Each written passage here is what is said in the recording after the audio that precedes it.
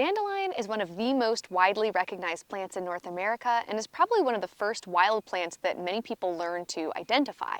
It was first introduced to the continent by European colonists and has since taken hold and naturalized all throughout the United States and Canada. Some folks have animosity toward the humble dandelion for its habit of sneaking into their pristine grass lawns or taking root in the pavement and cracks in the sidewalk. This leads to a lot of people spraying them with herbicides, which will kill the dandelion as well as any other broadleaf plants that surround it. Personally, we think this is a huge missed opportunity. These folks might not want dandelion in their yard, but they would probably enjoy it very much if they had it served to them at a restaurant or at the farmer's market. So, if you don't want it in your yard, why not just pull it up and eat it? It's a win-win. Jordan and I like to harvest the dandelion greens in the early spring, which is when they are mild and tender and a little less bitter than later throughout the year. We like to cook them in olive oil and garlic just as a side dish, or they're really good on top of pizza. At this time of year, the flavor, as I mentioned, is a little bit milder, kind of similar to arugula. As the season progresses, they produce these cute little yellow flowers, which are also edible and delicious. We like to pick them and remove the dark green sepals on the back because they're pretty bitter, and then snack on the tasty, mild, sweet flowers. They're also really good steeped in cream and then made into a dandelion flower ice cream, which is a staple in our household in the late spring.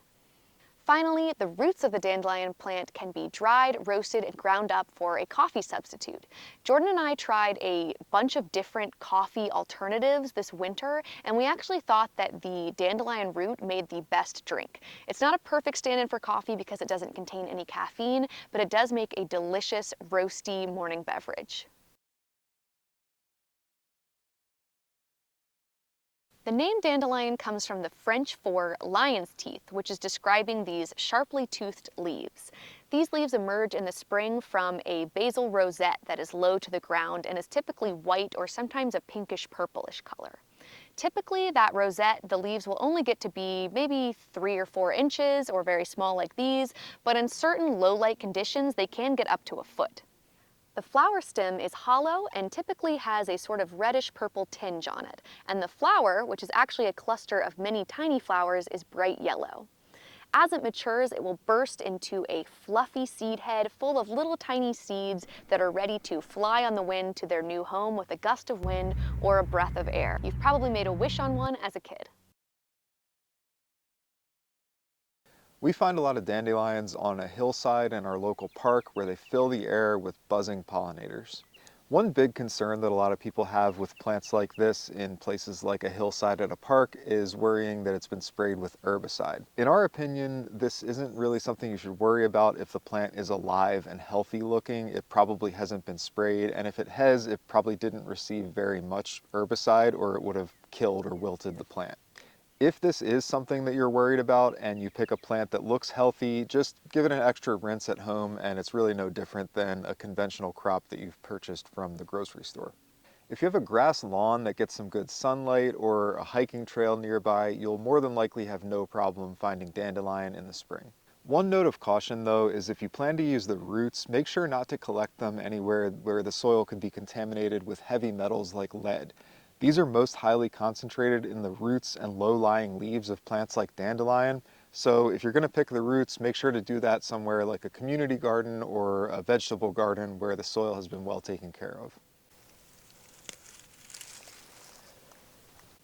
The mild green leaves of dandelion are best when picked in the early spring before it flowers, but if you really like bitter greens, you might enjoy eating them all summer long. As the weather warms and the dandelions begin to go to flower, you can begin harvesting the sweet yellow flowers which are available for most of the summer. We collect these by the bowlful and then remove the bitter green sepals to expose the delicious sweet white and yellow flowers. If you're looking to harvest some roots for use as a roasted coffee substitute, make a mental note during the growing season of where the biggest dandelion rosettes are, and then you can return in the fall to dig them up. At this point, the leaves begin senescing and pushing all of the energy back into the root. You can also dig up the roots when they're first emerging in the early spring.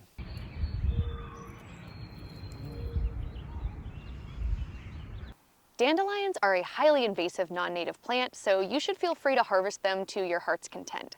I personally have no animosity toward non-native plants like dandelion, but unlike native plants, they aren't forming an integral part of our ecosystem, so North America could probably benefit from a few more people pulling up dandelions to eat for dinner. The flowers are a good nectar source for many pollinating insects, especially the honeybee. Because it flowers very early in the spring, it's one of the first food sources for pollinators after the long dormant season.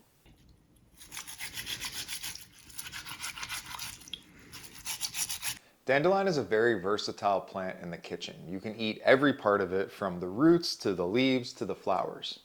We talked earlier about how we use the flowers steeped in cream to make a dandelion flavored ice cream, but tonight we're going to show you how to roast and grind the root to make a coffee substitute and saute up the greens to top a pizza, which is one of our favorite ways to eat dandelion leaves. Our pizza dough recipe is really simple. We just start off with a mug of tap water, about a tablespoon of active dry yeast, a tablespoon of salt, and then we just add flour until it starts forming a ball, and then we throw some olive oil over the top of it. So we start off with our mug of water, and we don't really measure anything too carefully. It's about a tablespoon of yeast. Just sprinkle it over the top of the water.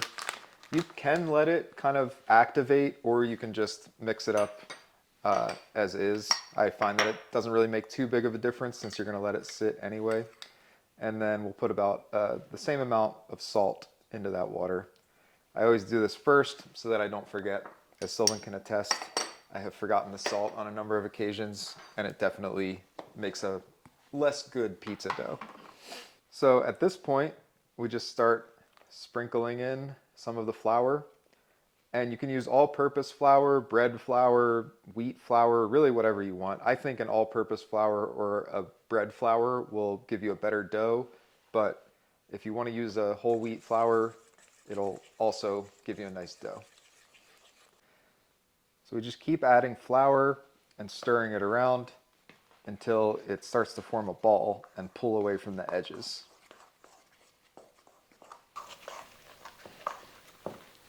All right, so since we have a pretty well-formed dough ball, but it's still sticky, we're just going to keep adding little amounts of flour until it really firms up and forms a solid dough ball. And at this point, I'm just going to start using my hands.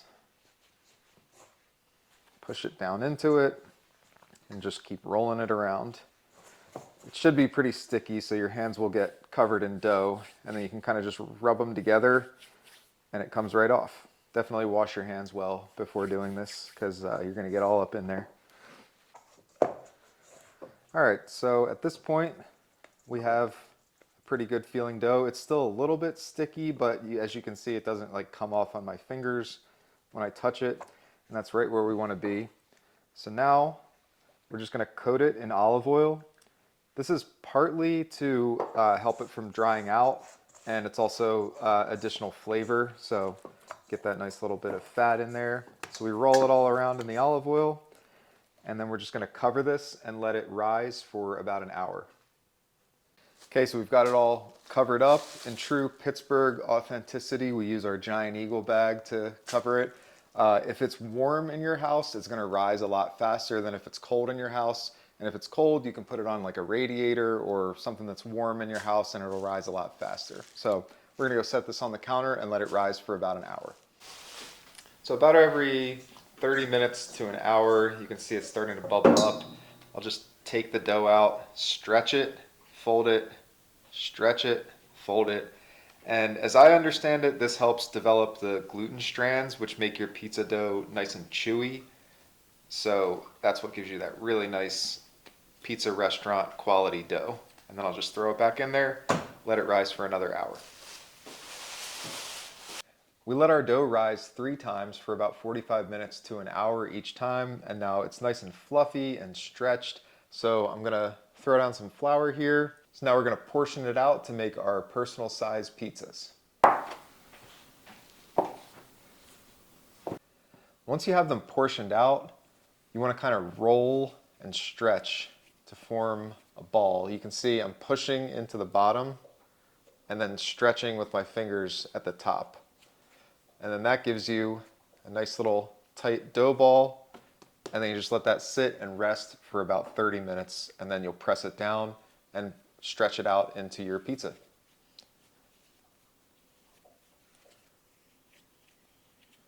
While the dough balls rest, we're going to cook up our greens and some oyster mushrooms to go on top of the pizza. It's always a good idea to give your dandelion greens a good wash because they grow pretty close to the ground, so that means that when it rains, sand and soil splash up onto them, and you definitely don't want to eat that. Dandelion greens cook down a lot, so this amount is going to make a good mess of greens to top some pizzas, but if you wanted to have a whole side dish of dandelion greens, you'd probably want to do even more than this.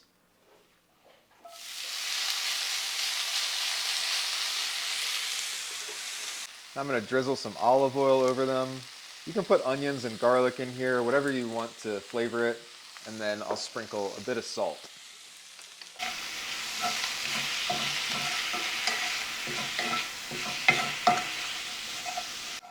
So I really only left those in the pan for a couple of minutes. We really just want to wilt them. You don't want to overcook them. And now I'm going to use this same hot pan to throw in our mushrooms. So you can chop up oyster mushrooms, but I actually kind of like the texture better when I just rip them. They're almost like string cheese the way they pull apart, and it gives them a lot of craggy edges like that that'll get nice and crispy in the oil.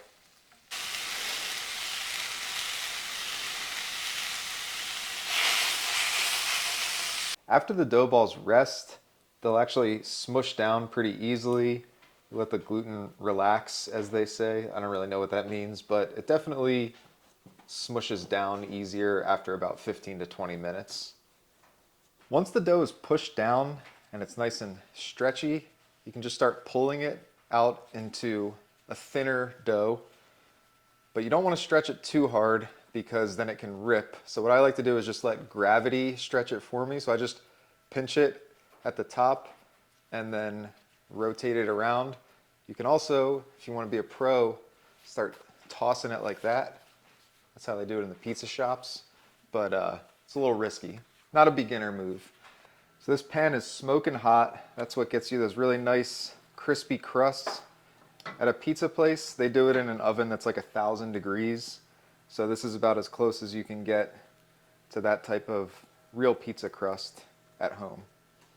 Now I'm going to use this olive oil that's infused with garlic to just kind of spread around the top of the dough, get it all in the crust, around the edges. And that gets it nice and crispy because we're going to put it under the broiler in the oven once it comes off this pan. So once these bubbles start to form on the dough, you know that the bottom is probably cooked. So we're going to add our sauce, cheese, and toppings, pull it off of this hot pan, and then throw it under the broiler in our oven.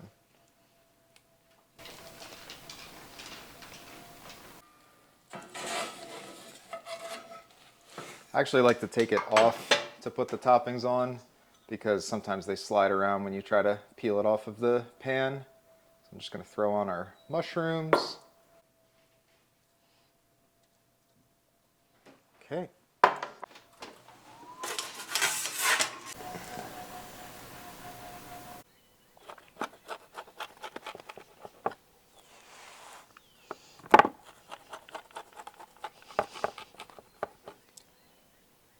All right, dandelion Yum. pizza. Can't wait. Ooh. This Oh, is yeah. one of our favorite meals. Cheers. Eat your weeds.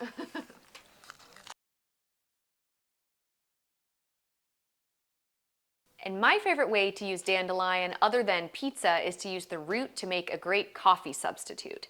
The roots are very nutritious. They're full of lots of vitamins and minerals. They don't have any caffeine, but that's good for me because I actually can't do caffeine at all. But I love to have a nice roasty, slightly bitter beverage in the morning, and dandelion root is the perfect way to make that. So we dehydrated the root as you saw earlier, and you can go ahead and make a tea just with the root as it is by pouring some boiling water over it. But I like to roast it first because that's what gives it that kind of nutty, chocolatey, bitter flavor similar to coffee. So to do that, we have just a skillet. It's dry. There's no oil in here, going on medium-high heat. And I'm just going to break these into little pieces so there's more surface area and throw them on the pan. And you want to make sure once you get them all in the pan that you keep them moving, because if they stay in any one spot for too long, they might start to get a little more charred rather than roasted. So I just kind of keep them moving, and they already are starting to smell really good, like this nice sort of cocoa roasted aroma. It's been probably 3 or 4 minutes. I've just been moving these around, not constantly, but you know, every 30 seconds or so. And they are definitely putting out a lot of really nice scent of just roastiness right now. And they're also darkening in color. So you can see they've turned this kind of darker brown. You don't want it to go to black because then they'll get kind of burnt tasting, but a deep brown is perfect. It's kind of like coffee. If you like a dark roast, go a little darker. If you prefer it lighter, keep it lighter. And now that they're done, I'm just going to turn off the heat and let them cool off a little bit. And now we're going to grind them just like you would do with coffee beans. So I just put them in the spice grinder.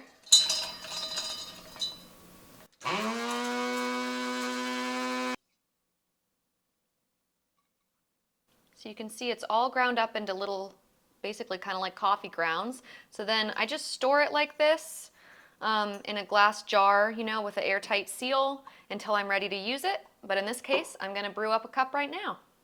To make a coffee-like drink with your roasted dandelion root is really simple. Just put, you know, about a tablespoon per person into like a French press or a tea strainer or whatever you usually use to make tea or coffee, and then pour over some boiling water.